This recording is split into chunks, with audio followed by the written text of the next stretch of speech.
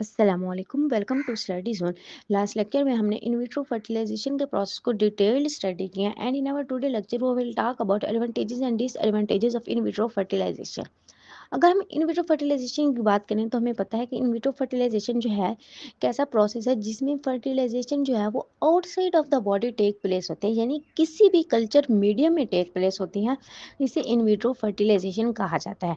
कुछ ethical consideration जो कि लाजमी रखने चाहिए इन विट्रो फर्टिलाइजेशन के प्रोसेस के दौरान, कि जो प्राइवेसी है वो पेशेंट के डाटा और रिजल्ट के बारे में लाजमी रखनी चाहिए।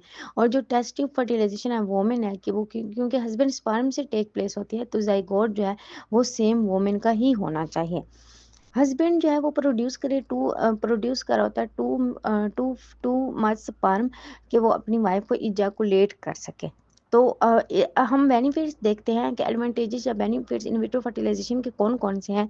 ये फॉर मोस्ट चिल्ड्रन जो कि इन विट्रो फर्टिलाइजेशन के थ्रू कंसीव होते हैं, उनमें कोई भी लॉन्ग टर्म प्रॉब्लम्स नहीं होती। इन विट्रो फर्टिलाइजेशन ये ऑफर कर रही होती है चांस कि अगर आप नेचुरली कंसीव नहीं कर सकते। इसके अलावा ये फेलोपियन ट्यूब में जो सर्जरी होती है उसके वोमेन्स के अंदर उस प्रोसेस को भी रिड्यूस कर रही होती है। ये मोर फैमिलीज को क्रिएट करती है और इनफर्टाइल जो कपल है जिनके अंदर ग्रेटर चांस है प्रेग्नेंट बनने के, तो उनको फर्टिलिटी प्रोवाइड करती है।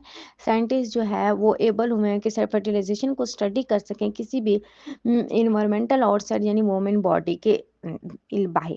तो giving a greater understandings two reasons behind birth defect, जितने भी बर्थ डिफेक्ट्स वगैरह होते हैं तो उनमें भी उन पे काबू पाने के लिए भी ये जो इन विट्रो फर्टिलाइजेशन है ये एक अच्छा प्रोसेस है।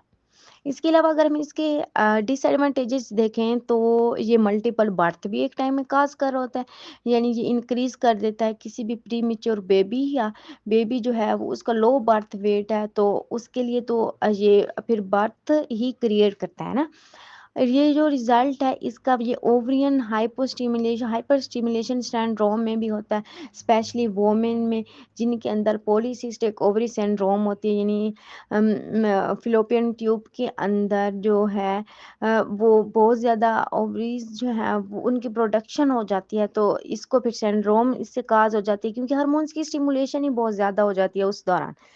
इसके अलावा ये एक्टोपिक प्रेगनेंसी यानी एक ऐसी प्रेगनेंसी जिसमें फेटस जो है वो outside of the uterus develop होता है टिपिकली फिलोपियन ट्यूब में, तो इसके प्रोसेस को इंक्रीज करती है जिसमें एम्ब्रियो जो है वो फिलोपियन ट्यूब में आता है या फिर एब्डोमिनल कैविटी में ही आ जाता है।